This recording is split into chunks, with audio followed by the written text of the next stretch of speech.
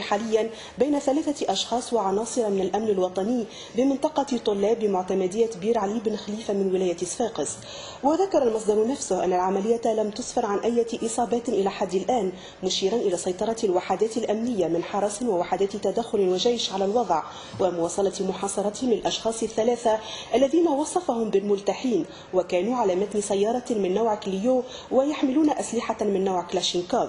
وبين كاتب عام نقابة إقليم الحرس الوطني بصفاقس أن عملية المتابعة انطلقت منذ الساعة 11 صباحا في مدينة صفاقس، حيث تناهى إلى علم الأمن وجود سيارة على متنها أشخاص مسلحون، وأنه تمت مطاردة السيارة والتوصل إلى حجزها بمنطقة بير علي بن خليفة، ووجد على متنها كميات من الأسلحة والذخيرة، مضيفا أن عملية محاصرة الأفراد ال3 الذين كانوا على متنها متواصلة في منطقة وصفها بالمعزولة ولا تشكل خطرا على السكان.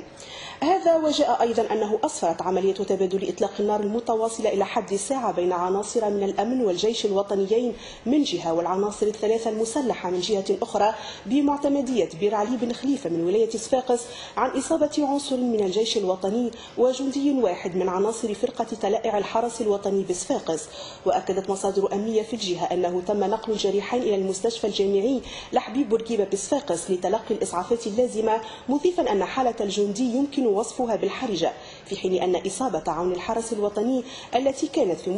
في مستوى الكتف لا تكتسي خطورة. وفي المقابل يواصل الجيش الوطني محاصرة ومطاردة الأشخاص ال3 مسنودا بعدد من الطائرات العمودية وبوحدات أمنية. أكدت المديرة العامة لصندوق النقد الدولي كريستين لاغارد عزم الصندوق